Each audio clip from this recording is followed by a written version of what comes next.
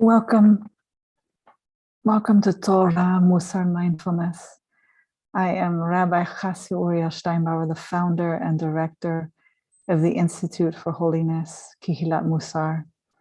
And I am just delighted to be here with you today. We meet weekly on Sundays and Yom Rishon at 3 Eastern Standard Time, 12 Pacific Standard Time. Here in Israel, located in the Galil, it is now 10 p.m. And we join together to practice together, to grow together, so that we can be of service to others and to God. So thank you for joining. We begin with our kavanah, our intention for today's practice. And so as you begin to settle and join the meeting, we are live on Facebook and on YouTube and together here on Zoom. Thank you for joining. I will begin to share the screen with you, and I will of course read it out loud for those of us joining by audio. Our kavanah, intentions for today's practice, is before doing acts of caring for the self, which this 30-minute plus practice that we engage in together weekly, if not daily, is an act of self-care that is radical. Why? Because this is something we are doing to strengthen our own soul in order to be of benefit to others in the future. It is that act of bringing God's good to the world. That is our intention for our self-care and for our practice. And so we jump into today's practice. We are looking at parashat Lech Lecha, the Hebrew Bible, the weekly Torah portion that we just read yesterday on Shabbat. And hopefully you've all spent some time looking at the text, really allowing yourself to be there with your ancestors, to really see where you are troubled and pushed in the text, and what does the text have to teach you? What does God want you to get out of it? And so we meet our ancestor Avram before he becomes Avraham. And like with all of our practice, we want to have an encounter. And when we have this encounter with our ancestor, we want to come in with the beginner's mind. We want to come in with curiosity, with compassion and an open heart. And really, it's almost like come in with that curiosity as if you had a close family member, like a parent who changed their name at one point. And you, as a child, would be very curious about this. And the same thing with us. Here we have Avram, who behaves in different ways. Obviously, he's selected by God, even though the Torah doesn't tell us how or why, just tells him to Lech Lecha, get up and leave 3 places, right? Your land, your birthplace, and your father's home. That's a full leaving. That's a physical leaving, a spiritual leaving, a soul leaving, every part of oneself leaving, which is almost impossible. It's almost impossible. And so we even begin to question, why does God ask of something that's impossible? So let's hold on to that, because although he physically leaves, he comes with his orphan nephew, Lot, and they go together with, of course, his spouse, Sarai, and all the souls that come with them. And so hold on to this about, can you really leave your family and everything that you once knew? But we encounter Avram before he becomes Avraham. And of course, in our midrashim, as I taught the previous few weeks, that comes in our tradition to fill in what the Torah doesn't tell us and teach us. So they have lots of things to explain to us why Avram is selected. But that's not where our attention is going to go today. Today, our attention is where we are bothered in the sense of the midah of acharayot, again, of responsibility. This is the one we've been looking at over and over again in our parshiot, and it's so evident here. So from a Mussar perspective, what is responsibility? Twofold. It has the sense of being aware of one's consequences of one's behavior. Okay, so it's an element of time inside of it. So we want to in order to be one of balanced responsibility, we're aware, we try to anticipate the consequences of our behavior. And the second part of responsibility is the acher, inside the shorish, the root of the word, that we are to be considering the needs of the other and being responsible to them, carrying the burden of them. And what we'll find here is, although Avram is surely righteous in many ways, obviously selected and chosen by Hashem, God, and obviously is balanced and courage, very brave to get up and leave. Also very balanced in zerizut, in alacrity, enthusiasm, just follows the mitzvot, follows what to do and goes. He's not so balanced in responsibility of being aware of the consequences of his behavior, especially toward the other, and what will happen in the future together. So our case before us is Lot.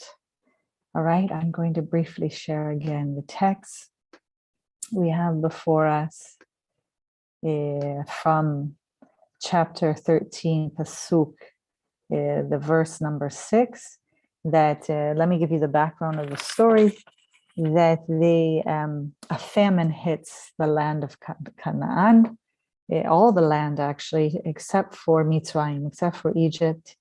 And because of the Nile, it provides during the famine.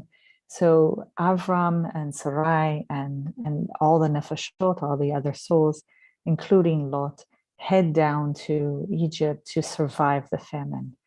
Now, we could discuss the whole story of what happens with a certain lack of responsibility to Sarai in Egypt, but I want to concentrate on what happens when they leave Egypt. So we're in the middle of a famine, and Avram leaves with a mass amount of wealth, excessive wealth. And for the first time, when they return to where they were before the famine, it has here in our pasuk, "Velo nasa otam ba'aretz leshevet yachdav." The land could not support them and staying together. Ki haya rechusham rav, because their possessions, what they had amassed, was so great. Velo yachlu leshevet yachad. They were not able to dwell together. And I want you to sit with that just a minute and think almost to the absurdity of that. Could you imagine that you're with family and you amass so much amount of wealth, you say, there's not room for both of us to dwell together in harmony. I have to be with this wealth. I need to manage this wealth. This wealth means more to me than us dwelling together and being together. And that has great consequences.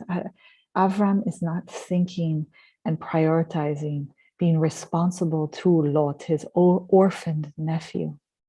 He's not thinking of the consequences of his behavior, which we all know will lead to Lot being kidnapped during a war among the kings, taken as far as Syria, up at Damascus, past Dan, and then later on dwelling in Sodom and Amorah, which from the Hebrew, the English is Gomorrah. We know what happens there too. And so this lack of bearing the burden of his nephew, it's just such a lack of responsibility, and it pains us, okay? Pains me. And so I'm going to share with you a text that I'll read out, of course, for those listening on audio, that the Hizkuni tells us that the point of the Torah is making here about this pasuk, ki haya rechusham rav, that there had amassed so much amount of wealth, is that it's contrary to be what is expected, that we expect poverty, like a famine, to lead to strife, because you're sharing so little what you own, but instead it's this excessive wealth that led to strife. I don't even think it's the excessive wealth. I think it's the prioritization of having a relationship with that excessive wealth over the relationship with his nephew. That's really what led to strife. But our ancestors, again, are so uncomfortable with this behavior. As I told you, they bring up midrashim in order to kind of deal with not accepting what is real in the present moment, what is real for this ancestor and this behavior of Avram. So they make up things about Lot.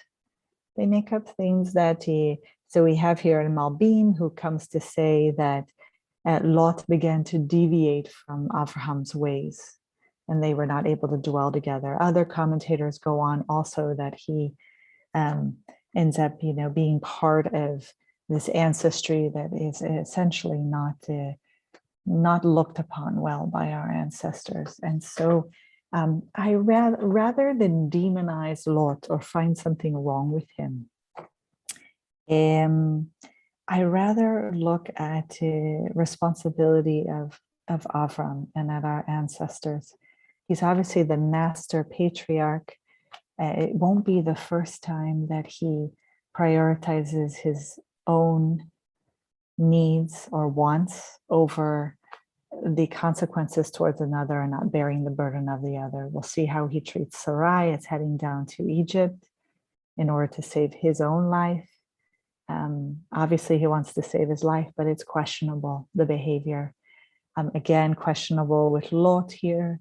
We're going to see a pattern with Avram, who eventually will become Avraham, that this is someone that doesn't know how to be balanced and negotiate responsibility so well with those closest to him. Think of Hagar, think of Ishmael, think of Yitzhak, think of the death of his own wife, Sarah, later. This is someone that knows how to embrace strangers and care for others and be very courageous and to, go all out there to care for others and even defend those he doesn't know in order to that they not be killed, for instance, in Sodom and Gomorrah. So we see this amazing side to him where he's very balanced, but we also see where there is room for growth that we are wanting. And so again, in our own practice, what do we do with that? We see where there is an opening, a petach, where we can strengthen our own selves. We can grow towards greater responsibility of anticipating consequences and bearing the burden of the other, of those closest to us, so that we can almost do a tikkun for Avram and Avraham, that we can model how we wish that he had behaved. And we can then be able to give him more of the benefit of the doubt, which is a practice of compassion. It's a mitzvah to do this. And so we're going to sit with that today as part of our practice. I want you, if you're sitting, to come to an upright position. If you feel safe, shut your eyes. If not, just lower your gaze before you. Lie your hands in your lap, or maybe you want to place them on your heart. And if you need to stand due to chronic pain issues, please do so with a chair next to you to hold you stable. You're welcome to also lie down, but I would like your eyes open so that you stay alert and awake in the practice. And when you're ready, upright and dignified as the child of God you are, allow the gift of breath from God to enter.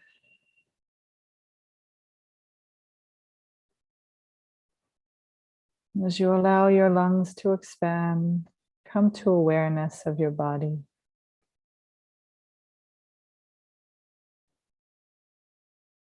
What sensations in the body may be calling for your loving attention. Send your compassion to whatever spot in your body is calling for your attention. Honor it. Do not try to push it away or be in denial. Just gently tell it you will visit it again. You are practicing being in the present moment now. It is here and only here in the present moment that we encounter God, that we encounter Avram and Sarai and all of our ancestors. It's where we encounter ourselves as we are. As you gently and slowly do a body scan from the top of your head down, notice if you're holding any tension. Just pay attention, come to awareness, and recognize and accept whatever might be going on with you.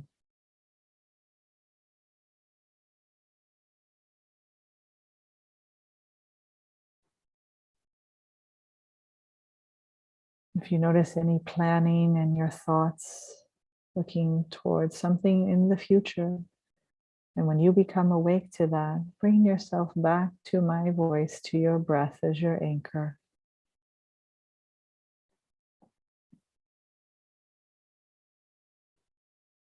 Perhaps you're thinking about something that happened in the past. That too can wait till later. When you awaken that you have been lost in thought, gently guide yourself back to your breath as your anchor and to my voice.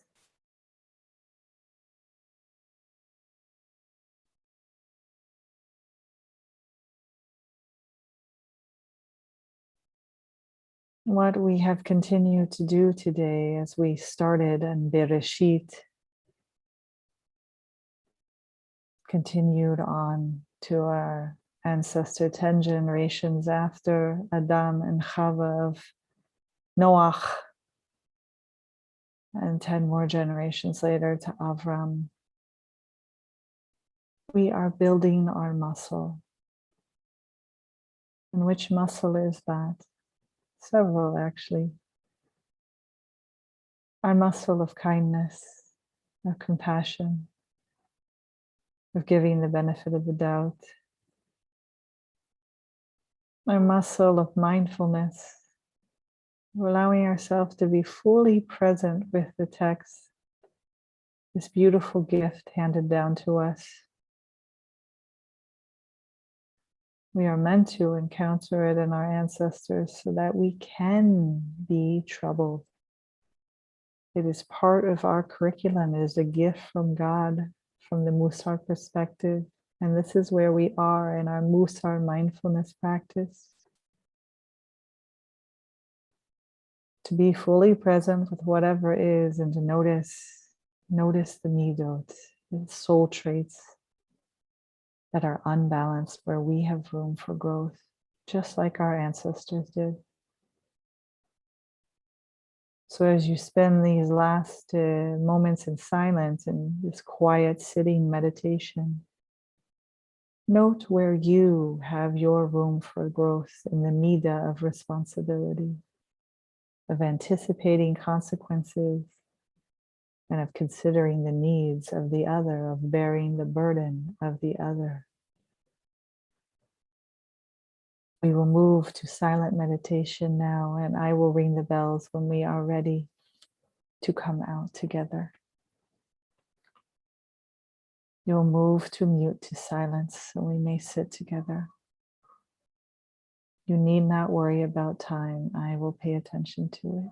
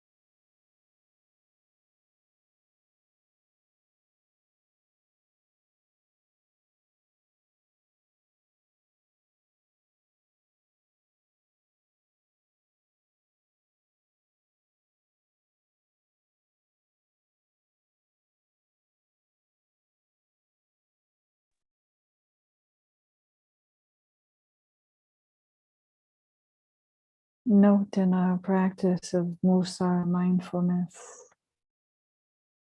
as we learn from the Dharma, we must come to calmness if we are going to be able to see clearly.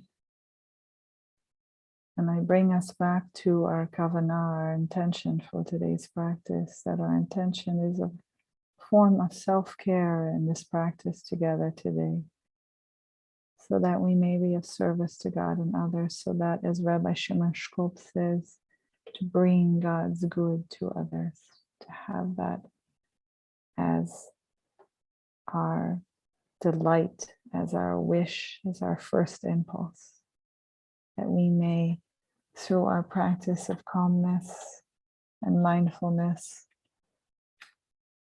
strengthen that muscle to be present for others and ourselves, and thereby bringing God's good to the world.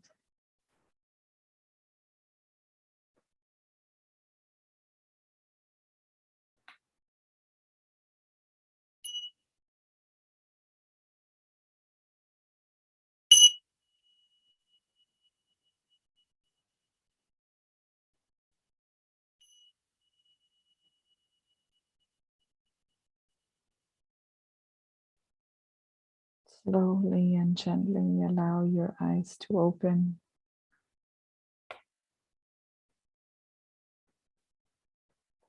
Come join us in this virtual holy space, sacred space of us joining as a kahal, as a community, as a sangha, as a va'ad. Thank you for your practice. Thank you for joining today.